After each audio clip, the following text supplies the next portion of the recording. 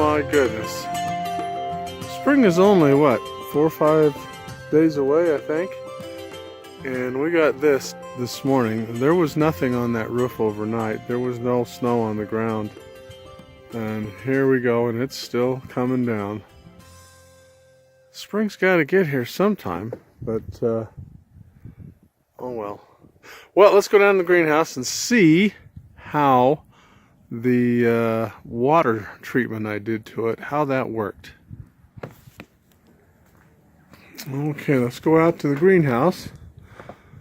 Boy, look at this. It's just snowing today. Covered with snow. Okay. Wasn't any snow out here yesterday. I guess winter's never going to end. So here we go. Okay, let's go in here and get the measurements made.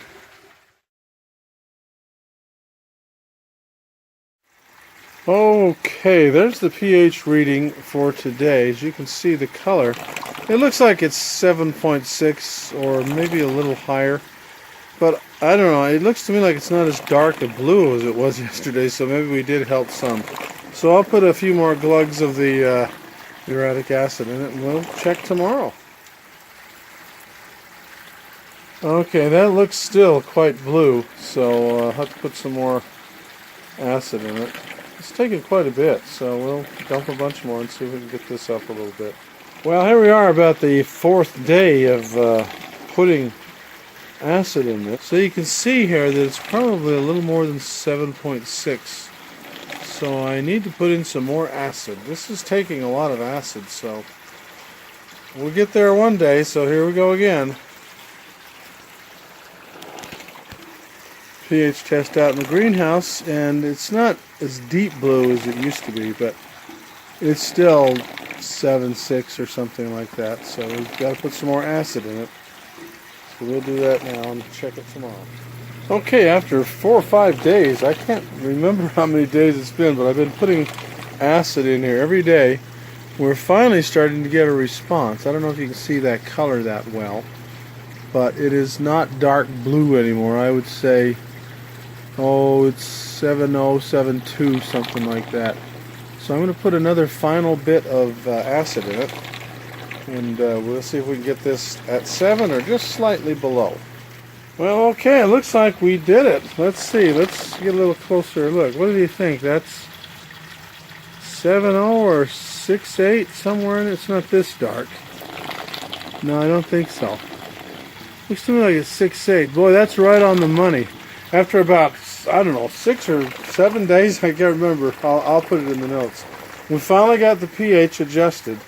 It was way above, if you remember, it was way above 7.6. It was, the test water was dark blue when we sample it, so, and put the drops in it.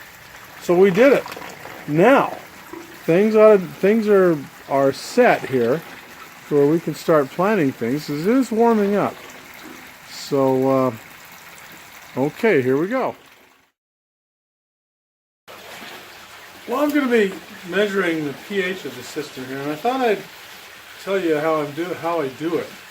Now, I used to use one of these kind of meters. You can buy these, and what you do is it has a bulb on the end down here, and you dip that down into the water, and it reads out digitally right here.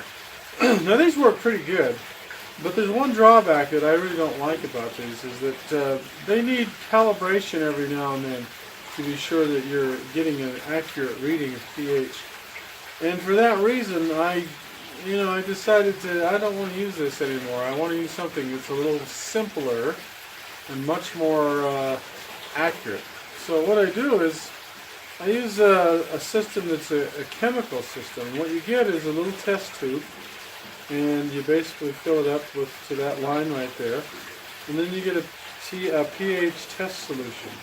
Now, these are really cheap to get, and they last a long time, because this particular one is, you fill this up to the line, and then you put 3 drops of this stuff in it. Now, different ones will vary, but it's a certain amount of drops, usually is what it is. And then, like I said before, you got this card to compare the color that the liquid turns. So it's really quite simple, it's quite foolproof, and it's quite accurate as long as you don't have any color vision problems. So let me go over here and take the reading, and I'll show you how it's done. So the first thing I like to do is sit my color card down somewhere where I can have it ready to compare. And then get my little vial out and set my indicator down. Now what I like to do is rinse this out a few times so that if you have any residual from what you were measuring before, you at least wash it out, and all that's left in here is the water that you're trying to measure. So there we go. Now you can probably see that it's about up to the line right there. And then what I do is put it down on a flat surface where you're not going to drop it. And then you put 3 drops of this stuff in it. So let's see if you can see that. There's 1, 2, 3. Okay? And it says right on the bottle, put 3 drops in there. And then you put the lid on it, and you shake it around, and then you see what color it is. You see there's a nice color, and then you compare it to what's on this card. If I can get this right. There we go. Compare it to what's on this card. Now, for me, it looks like, oh, that's about 6.6, or somewhere along in here, 6.6, 6.8, 6, somewhere in this, and that's where we want it. So we're just right. So as you can see from the previous measurements that we made, it took about, I don't know, 5 or 6 days to get to where we had decent pH. And how much muriatic acid did we use to get there? Well, hang on, let me show you. Okay, so how much muriatic acid did it take to do this? Now, it turns out that this is the diluted stuff. I remember I was telling you I couldn't tell from the label. And the reason I know that is because I was able to find at another store the concentrated stuff. And you can really tell it's a lot stronger than this. Now, I haven't used any of that yet, but this stuff worked. Now, how much have I used? Now, this is a full gallon when I bought it. And while shaking it around, it looks to me like it's probably about up to here. So it took maybe 2/3 of this. Yeah, it's about, yeah, I can see it. Let's see, it is, yeah, oh, down to about here. That's where it is. It's in the, oh boy, you can't get it right about here. It took about 3/4 of this muriatic acid, or a little more, to get the water in the fish tank down to a pH of, 6.5-ish, somewhere in there. Now let me just show you really quick how big the system is, so you can get an idea of how much water we're talking about. You see, there's the main pond, and I think that holds about 500 or 600 gallons. And then there's water over here in these grow beds. Now, they need to be cleaned up, so don't bear with me. So I don't know how many, but you can see how big they are. And that flows. And then over on this side, we've got,